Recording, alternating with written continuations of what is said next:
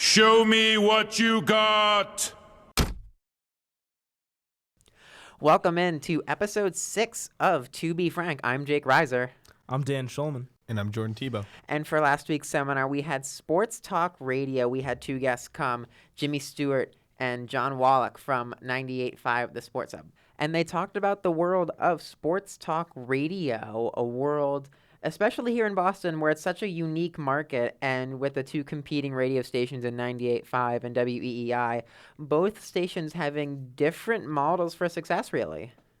Yeah, and I mean, I worked over the summer at on the Dale and Holly show for WEEI, and it was great to hear Jimmy and John talk so passionately about their professions and the connections that they've made, and just the ups and downs of their career. But it was awesome to hear them both and their stories and their little anecdotes, and I mean, it was a really constructive seminar. I think it was one of the most constructive that I've been a part of since we started with this class. Yeah, and a lot of good advice, really, especially from John Wallach, who was probably one of the more outspoken professionals we've had come through the seminar series this semester.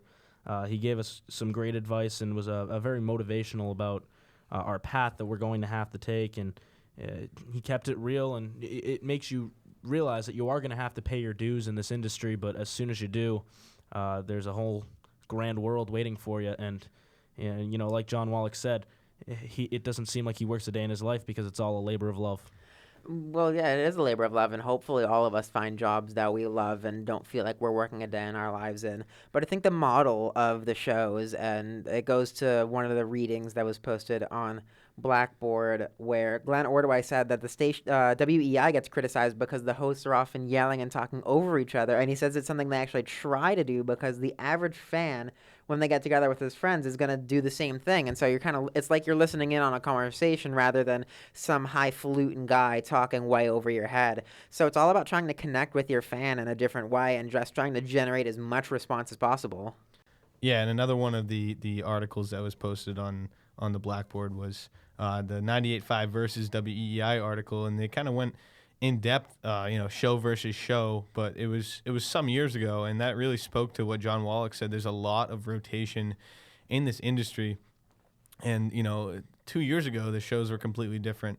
Never mind a few months ago. I mean, Jerry Thornton just left WEEI, so there's not a lot of certainty in the sports talk radio industry, and that might be because of the argumentative nature of the business. And and Jimmy and John both went into that, talking about how some of the jabs are very personal, and some of them are just trying to shake your trees and trying to bust you, kind of just a playful gesture. Yeah, and a lot of the debate, and I know Professor Shore talked about this in his blog post, a lot of the debate we hear on radio is sometimes filled with fake passion. Like I know Jimmy Stewart was talking about how he'll jump in on Felger and Maz in the rare occasion that they both agree. But what if there is no Jimmy Stewart? Then you're going to have one person take one side, one person take the other, regardless of what their actual opinion is. I know on the podcast we've done before, it's always good to have one of us healthily disagree with the rest of the panel on whether we think one team's going to win a game or one player is better than the other, because it is entertaining, and it actually kind of gets a little boring when everyone's agreeing on the same point. And we go big or go home with stuff like that. It's not just that we spew it out of our mouths and we don't wholeheartedly believe it. We do the research and we do the facts, so that way, even if we maybe don't believe it 100%, we're still coming at it from the most factual way as possible, so it sounds as believable as you can make it. And that's one of the questions I raised with Jimmy Stewart. I asked him if there's ever been a debate that he created that he originally didn't agree with, but then his mind was starting to think about all these numbers and how the player carries themselves, that his idea that was, it was fake to begin with, turned true in his mind. And he was able to speak on that. And he said that, yeah, I've had those experiences. Sometimes I think something, and I say something just for the sake of argument to get more listeners, but then my mind starts to go with the argument, and I start to bring up these stats, and it starts to become my opinion, and I truly believe in it. So some of those counterpoint things might be completely false, but maybe there's some truth to them anyway. Yeah, and whether or not they are false, it goes back again to what Professor Shore said about fake passion. That's why I'm not a huge fan of Felger and Maz, because to me, both of those guys seem ungenuine when they speak about the Red Sox or their opinion on Boston sports. To me, that show is basically the radio version of clickbait. All they're doing is trying to attract listeners with their over-the-top screaming and opinions. But isn't that what Boston sports media, at least on the radio, is supposed to be about? You're supposed to generate the most opinion. I know that when we had Trenny Kuznerek come, when she goes on talk radio sometimes, she just decides to take the contrarian position just so that way she can generate response. And people call her wrong. People have called her hateful things in the past. But, I mean, if it's going to generate the most ratings, why wouldn't you just do it? Yeah, and it does. It does generate ratings. And, this goes into one of the questions that Professor Shore brought up 3 or 4 weeks ago, early on in the semester, is talk radio journalism. Is sports talk radio sports journalism? And I asked Jimmy and John, not in front of the class, but kind of on the side after, when we got to go up and shake their hands. I asked them both the question, and they both said, no, we're entertainment. And they were very stern on it, and they both said we're strictly entertainment. I mean, there's a lot of sports, there's a lot of journalism, there's a lot of good interviews that they do, but at the end of the day, it's all about viewership, listenership, and applying yourself to the niche market, applying yourself to that demographic. Yeah, and that's kind of the problem that modern day sports talk radio is becoming. It's becoming more entertainment than journalism. Yes, it is a form of journalism. It's a huge form of journalism because the same way columnists write a column, sports talk radio hosts say their opinion and back it up with statistical evidence. But the way that sports talk radio is evolving in this day and age, it's becoming more of an entertainment industry with just an endless yelling back and forth and a lot of outlandish opinions. But I think that's where the advent of podcasting is supplementing that, where anyone can grab a few guys. We're sitting here in a studio with 3 mics and we're talking as educatedly as we can about topics, whether it be college hockey or whether it be in this format about the seminar. It's supplementing the entertainment value that sports talk radio is bringing in. And it's not like the industry is doing anything to change it.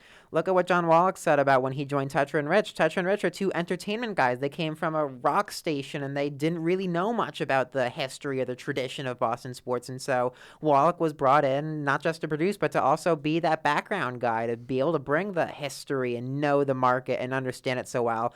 Whereas these guys can just talk for 15 minutes about the stupid things they do when they're pissed drunk.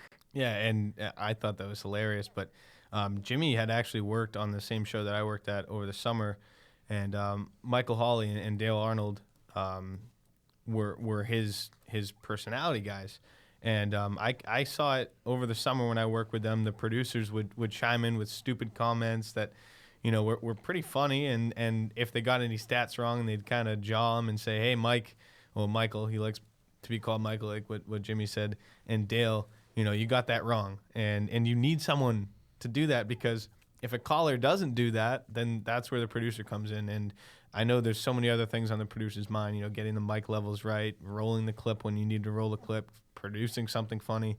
But, that's another role of the producer to bring in that entertainment factor when the stats aren't right or, they said something off. And I think one big difference between talk radio and print journalism on a blog per se is that on a blog you can have people comment on your article and tear you apart, but on the radio you're having that same thing happen with callers. The only difference is you have to respond to that. So in that case, I think sports talk radio personalities are a lot better journalists because they not only have to be equipped to give their opinion and back it up with stats, then they have to be equipped to support their opinion against other callers and people such as other hosts or guests that also disagree.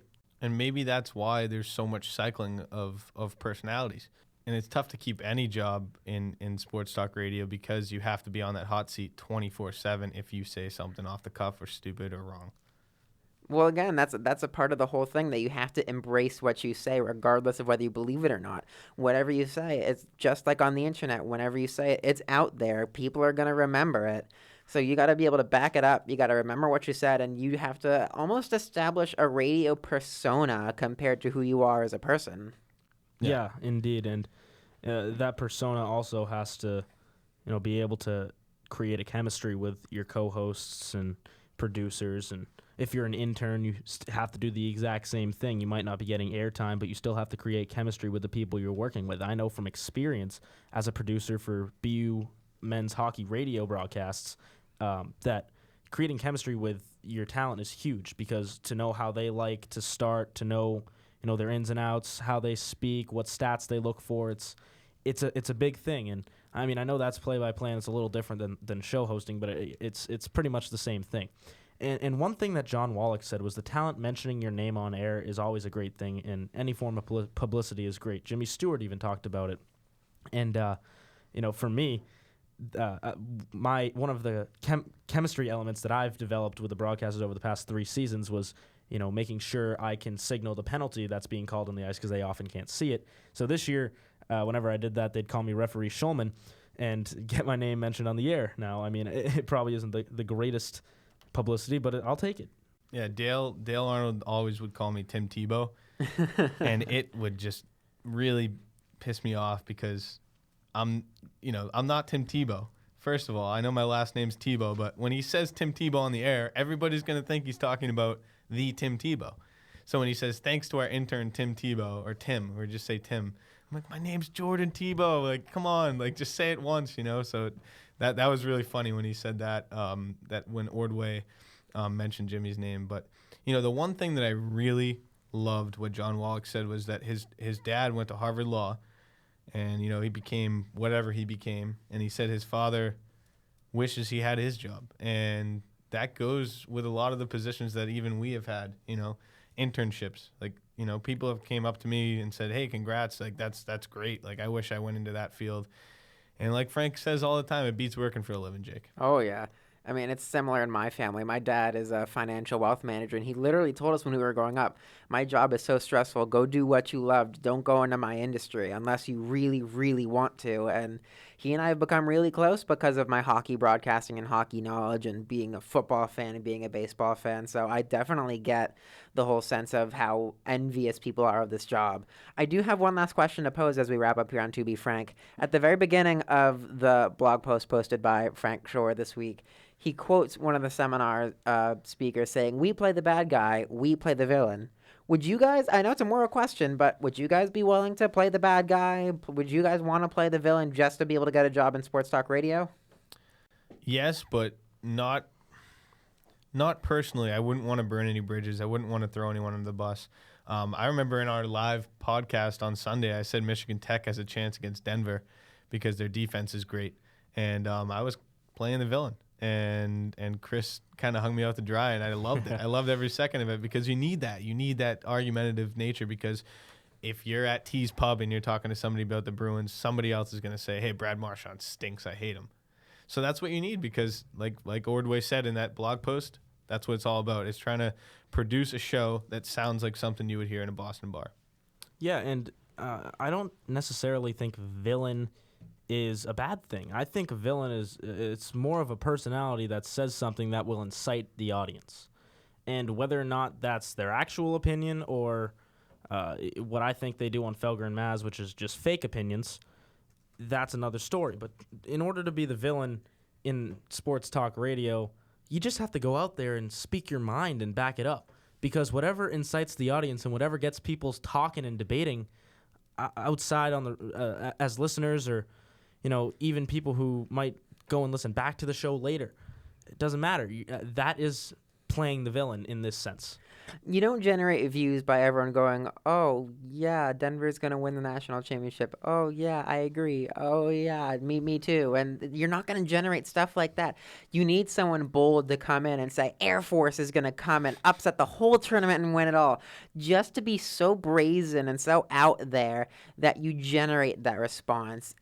Frankly, any publicity is good publicity. I know that the Tim Tebow and the referee Schulman things might be a little grating at times for you guys, but I mean, you're getting your names out somewhere, so maybe one day someone's going to run into you and go, "Are you referee Schulman, or are you Tim Tebow that Dale used to talk about on the radio all the time?" So maybe one day it's going to come back and it's going to hit you really well. And so I think a villain is necessary. And if it really took that for me to be able to get a job in sports talk radio, I'd be willing to do it. But I think next week we turn on to people who are a little bit more in our place, or at least where we want to be soon enough. We have Rising Stars and Newcomers with Tom Layden from WFXT and Michaela Vernava of Nesson. But for this week of To Be Frank, alongside Jordan Tebow and Dan Shulman, I'm Jake Reiser, signing off. I like what you got. Good job.